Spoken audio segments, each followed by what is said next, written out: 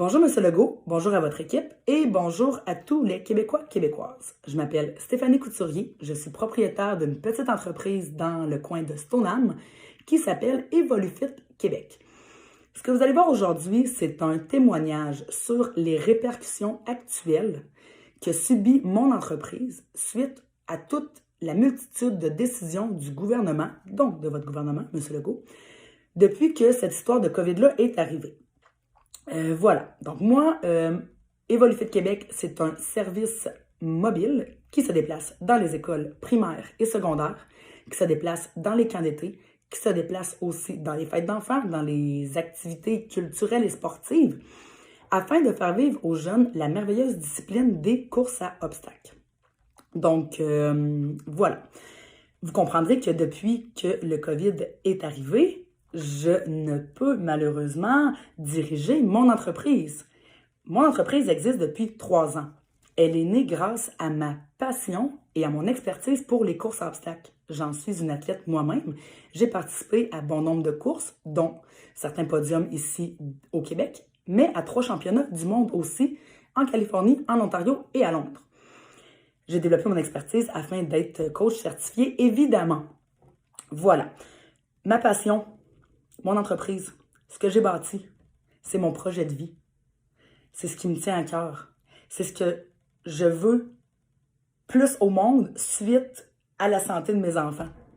C'est ma plus belle richesse, c'est ma plus bel accomplissement après mes enfants, évidemment. Mais en tant que femme, j'ai un chapeau de maman, mais j'ai un chapeau de femme entrepreneur et actuellement, je ne peux être comblée par mon chapeau d'entrepreneur. Depuis le mois de mars, quand mars est arrivé, COVID, j'ai perdu tous mes contrats dans les écoles. Évidemment, c'est mon créneau principal. Mars à juin, tout perdu. Les journées pédagogiques dans les services de garde, les parascolaires, midi après l'école.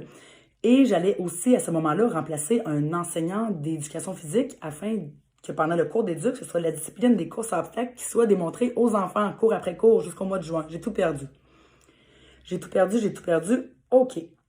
Et là, on a fait le COVID à la maison. Je comprends toutes les mesures. Ne vous en inquiétez pas, je les comprends. J'ai fait le COVID à la maison. Je suis maman de 2 enfants. Mon conjoint est papa de 2 filles. Donc, on fait le COVID. Le déconfinement arrive. Tout le monde déconfine, sauf moi. Moi, mon métier à moi, on ne le déconfine pas.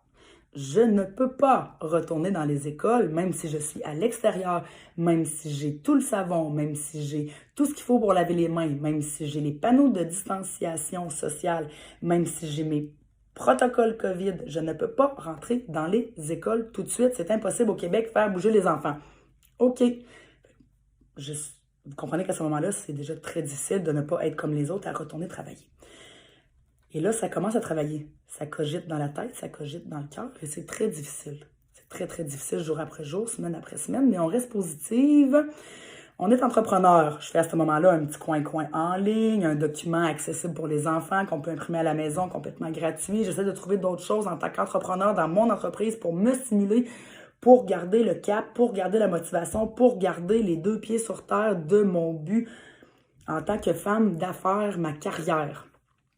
Et là, je me dis, bon, évidemment, c'est les camps d'été. Je vais aller vers les camps d'été, mais je vais être encore plus conforme que l'année d'avant. J'en avais fait un, mais je vais être encore plus conforme. Je vais aller avec l'Association des camps d'été du Québec. Parce que là, avec les règles COVID et tout, c'est important d'être conforme. Et là, il y a eu d'énormes complications pour pouvoir bâtir les camps d'été au Québec. Encore une fois, vous vous rappelez, dans le temps de la Saint-Jean-Baptiste, c'était encore compliqué. On ne savait pas si nos enfants allaient avoir des camps. On ne savait pas si on pouvait faire des camps. Complexité énorme.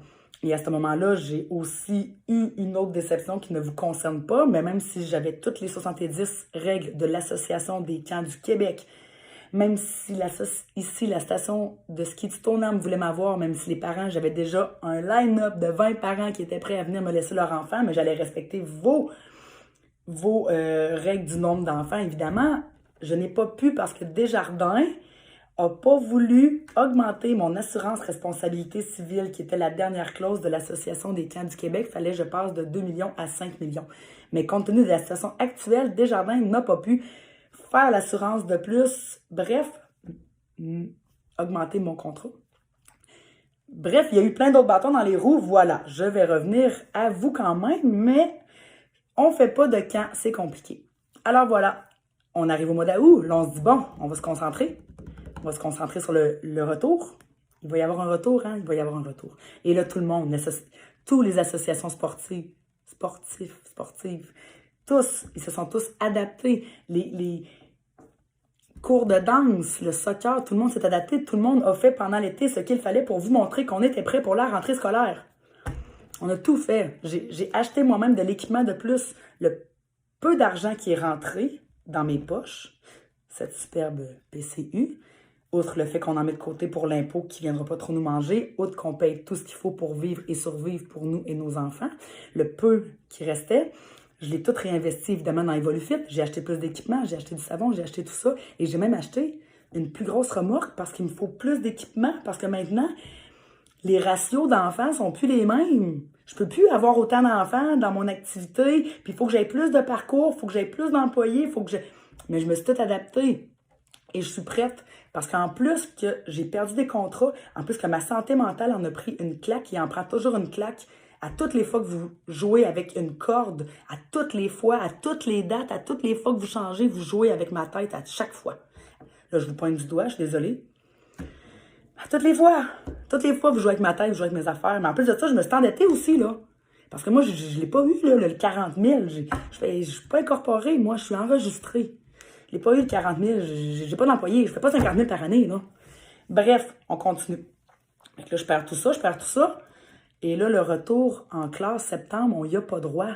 À la rentrée, Monsieur Roberge, vous nous dites qu'on peut pas faire le sport jusqu'au 1er octobre. Ça n'a pas de sens. On est où au Québec? C'est bien compliqué. Et là, finalement, bon, on réussit à faire un peu bouger les choses. Je me rappelle, j'étais à Québec avec les jeunes de football pour montrer que c'était important, que ça n'avait pas de sens. Et finalement, en après-midi, ça a changé. C'était le 14 septembre. Après ça, le 14 septembre, finalement, il y a une petite clause 110 qui est cachée que s'il y a un enfant dans l'école, ben les autres peuvent pas faire de sport. Wow! Ben moi, ça fait que je perds tout aussi. Même si je suis pas une association sportive, M. Legault, mon entreprise, elle est dans le sport, elle est dans les écoles. Quand on ferme la porte à tout le monde. Tout le peu qui me restait, vous l'avez encore tout enlevé. J'allais encore retrouver ce que j'aurais dû avoir.